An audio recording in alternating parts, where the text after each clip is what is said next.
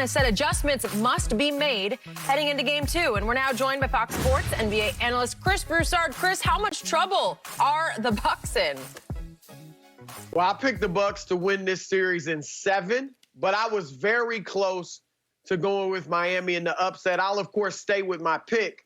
But I do think an upset is possible for several reasons. Number one, where are the Bucks at mentally? Now, Miami has beaten them now 3 out of the 4 times they've played this season, including the regular season. So what are the Bucks thinking now? George Hill, their spiritual leader, he hasn't won anything. None of these guys have won anything. So Giannis is their leader. He's young. He has yet to, get to the finals and win the championship. Then you got other guys like Kyle Korver, Dante DiVincenzo, Brook Lopez, Eric Bledsoe. None of these guys has won at a high level. So where are they at when they look at the fact that, wow, this team has beaten us now 3 out of 4 times? These guys are used to being the hunters, not used to being the hunted. So I got to wonder where they're at mentally. Then what the Heat did to Giannis was not an aberration. Now, they're not going to hold him, obviously, to 18 points a game. But one game in the regular season, they held him to 13 points. My point being, they can force him to have 2 or 3 of these type of mediocre or bad games in a 7-game series. They've got guys that can guard him, and Bam Adebayo, Andre Iguodala, Jay Crowder, Jimmy Butler, and they're well-coached and disciplined. So they can execute their game plan. A lot of teams have a good game plan, but then they lose, focus, and they lose it for a few minutes or a quarter or something like that, and that's enough to lose. The Heat are disciplined. So they kept Giannis out of transition, and they walled off the paint so he couldn't get those straight line drives, and you force someone else to beat you. Now, here's the thing for Milwaukee. The other guys played fairly well.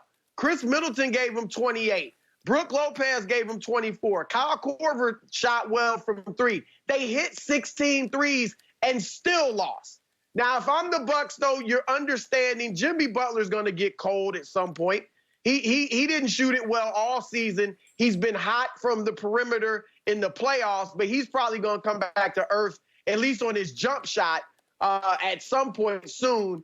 So I still got the Bucks, but this is going to be a long, tough series for them. And like I said, an upset is possible. But see, Brook Lopez getting 25 points doesn't do anything for you.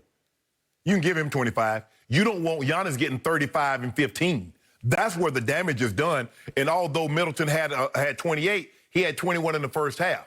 So when they needed big buckets, when they needed quality points, nobody was there to rise and shine. And the thing is with Giannis, if you can keep Giannis off the free throw line, and even if you don't, he ain't going to make a whole bunch of them. I mean, he had that streak when they played the Lakers. Skip, remember when they played the Lakers in Milwaukee?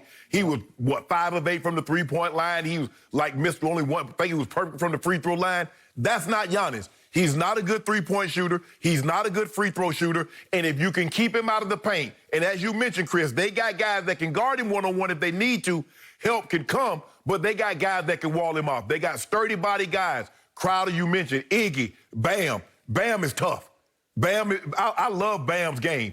And Jimmy Butler they have the right mix of a dog, a lead dog, and other guys that want to follow. And that's what you need. Jimmy Butler chose to go to Miami because the other stops that he had gone to, Minnesota, he's like, y'all weak, y'all sorry. Y'all got some talent, but you're sorry. He went to Philadelphia, he's like, y'all ain't taking it serious enough. Let me go somewhere where basketball means something to them. And he went to Miami, and he found a home. I agree. Jimmy Butler, do I think he's going to get 40 again? I don't know if he'll get 35 again in the series, but he probably won't need to. If you can contain Giannis, they have enough guys that they can count on. Dragic, he can get buckets when they need to. And this kid, Hero, yeah, I like his game. I like a guy that's young but don't know he's young. He doesn't know. He don't even know he ain't supposed to be doing what he's doing in the NBA playoff game his rookie year. By the way, Coach Spo let him finish. Yes. He closed last night. Exactly. Wow. So, Chris Broussard, I told Mr. Sharp across from me for the last week, I am leaning toward picking Miami to knock off the Milwaukee Bucks. And at the last second yesterday, I chickened out and I choked and I said Bucks in 7. And I regret that because I do now believe, I'll stick with my pick, but I do believe the Heat are going to win this series. And it's going to boil down to one team is just physically and mentally tougher than the other team. One star is definitely mentally and physically tougher than the other star. And the one star is Jimmy Butler, who I always tell Shannon, I want him in my playoff foxhole. He just knows how to win, how to fight, how to do the little things that add up to big things. And he's such a great leader of this kind of team. Mm-hmm. I love watching him because they play hard and they play right. And it's a pleasure to watch how they dismantled Milwaukee in the fourth quarter last night. And it started and finished with Jimmy Buckets. But it also started and finished with Giannis. And again, he's about to do something only 2 other all-time greats have done. And that's win MVP as well as Defensive Player of the Year in the same season. Mm-hmm. Jordan did it.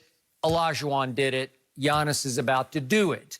Yet, when it comes big playoff time against a team that's well-coached and mentally and physically tough, they just say no, especially in fourth quarters to Giannis. They say, you can't come in here anymore. We will wall you off.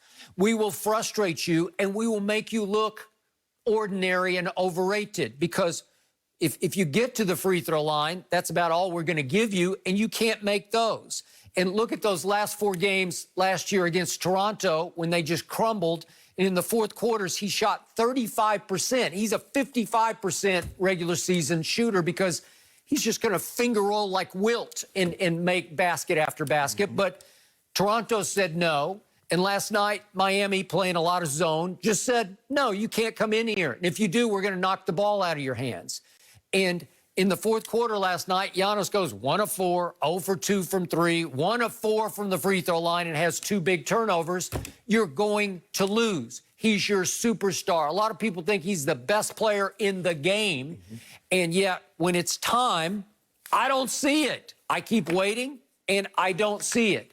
Jimmy Butler always rises and shines in these kind of moments, in these kind of games. And obviously, a guy who doesn't score that much for this team just took it over down the stretch, and it was extraordinary. And then young Tyler Hero goes hero, and he makes the dagger 3, and that's who those Heat are, and that's why I believe the Bucks are about to be history. Yeah, I picked Toronto to win the East to beat the Bucks in the conference finals. Obviously, that's a round later. But you might be right, Skip, and I kind of felt the same way at the last minute. I said, you know what, I'm going to stick with the Bucks. But if you watch them, they don't play many close games. We know they had this. They won by an average of 11 or 12 points a game in the regular season. They had the fewest close games of any team in the playoffs.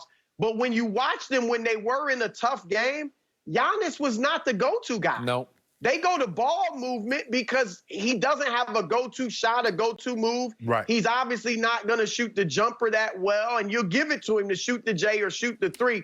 And on another note, this team kind of reminds me of LeBron in Cleveland, his first go-round before he went to Miami, where they were tremendous in the regular season. Remember, they won 66 games and then 61 games, and then they flamed out in the playoffs. Now, LeBron delivered. Unlike Giannis, LeBron never had these types of games that I remember where like Giannis, and he never really got the help of 2 guys scoring 24-plus points and things like that. However, the supporting cast are similar. With all due respect to